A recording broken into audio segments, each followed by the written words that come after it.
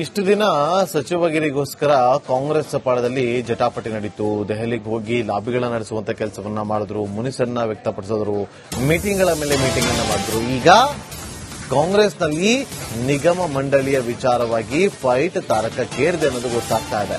ಕೋಲಾರ ಚಿಕ್ಕಬಳ್ಳಾಪುರಕ್ಕೆ ಆದ್ಯತೆ ಹೆಸರಲ್ಲಿ ಈಗ ಟವಲ್ ಹಾಕುವಂತ ಕೆಲಸವನ್ನ ಮಾಡಿದ್ದಾರೆ. ಕೆಎಂಎಫ್ ಅಧ್ಯಕ್ಷಗಿರಿಗೆ ನಂಜೇಗೌಡ ಭರ್ಜರಿ ಲಾಬಿಯನ್ನ ಮಾಡ್ತಿದ್ದಾರೆ. ನಿನ್ನೆ ಸಿಎಂ ಭೇಟಿ ಮಾಡಿ ಪ್ರಾತಿನಿಧ್ಯ ಕೊಡಬೇಕು ಅಂತೇಳಿ ಶಾಸಕರು ಮನವಿಯನ್ನ ಮಾಡಿಕೊಂಡಿದ್ದಾರೆ. ಉಭಯ ಜಿಲ್ಲೆಗಳ ಶಾಸಕರಿಂದ ಸಿಎಂಗೆ ಮನವಿ ಮಾಡಿಕೊಳ್ಳುವಂತಹ ಕೆಲಸಗಳಾಗಿದೆ.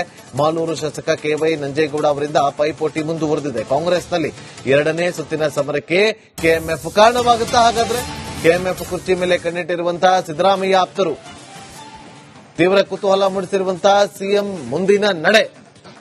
ಮತ್ತಷ್ಟು ಮಾಹಿತಿಯನ್ನು ಕೊಡೋದಕ್ಕೆ ನಮ್ಮ ಪೊಲಿಟಿಕಲ್ ರಿಪೋರ್ಟರ್ ಹನುಮಂತು ಫೋನ್ ಸಂಪರ್ಕದಲ್ಲಿದ್ದಾರೆ. ಹನುಮಂತು, ಈಗ ಸಚಿವಗಿರಿ ಸ್ಥಾನಕ್ಕೆ ಯಾರೆಲ್ಲ ಸಿಗಲಿಲ್ಲ ಅಸಮಾಧಾನಗಳಾಯ್ತು. ಈಗ ಕೆಎಂಎಫ್ ಮೇಲೆ ಕಣ್ಣಿಟ್ಟಿರೋದು ಯಾಕೆ? ಕೆಎಂಎಫ್ ಮೇಲೆ ಕಣ್ಣಿಟ್ಟಿರೋದು ಮುಂದಿನ ನಡೆ ಸಿಎಂದು ಹೇಗಿರುತ್ತೆ, ಏನಾಗ್ಬೋದು?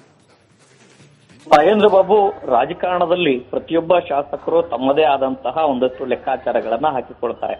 ಅದರಲ್ಲೂ ಕೂಡ ಮೊದಲ ಅವರ ಗುರಿ ಸಚಿವ ಸ್ಥಾನವನ್ನ ಪಡಿಬೇಕು ಅನ್ನುವಂತ ಒಂದಷ್ಟು ಪ್ರಯತ್ನಗಳನ್ನ ಮಾಡಿದ್ರು.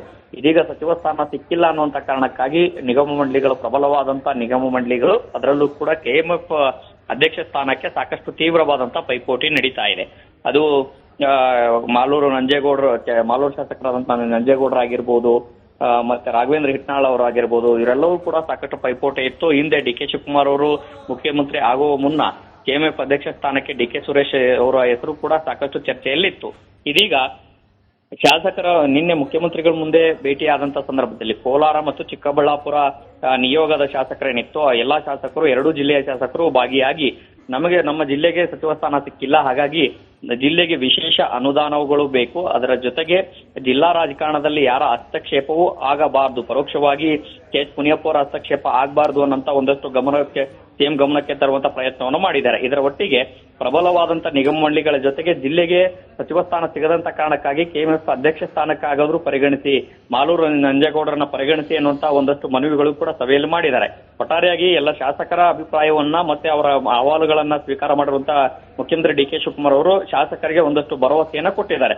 ಈ ಭರವಸೆ ಮುಂದಿನ ದಿನಗಳಲ್ಲಿ ಎಷ್ಟು ಮಟ್ಟಿಗೆ ಈಡೇರುತ್ತೆ ಅನ್ನೋಂಥದ್ದು ನೋಡ್ಬೇಕಾಗ. ಯಾಕಂತ ಹೇಳಿದ್ರೆ ಕೆಎಂಎಫ್ಗೆ ಹೀಗಾಗಿ ಸಾಕಷ್ಟು ಪೈಪೋಟಿ ಇರೋದ್ರಿಂದ ಯಾರನ್ನ ಮುಖ್ಯಮಂತ್ರಿಗಳು ಆಯ್ಕೆ ಮಾಡ್ತಾರೆ ಅನ್ನೋಂಥದ್ದು ಈಗ ಕುತೂಹಲ ಮೂಡಿಸಿರುವಂತದ್ದು.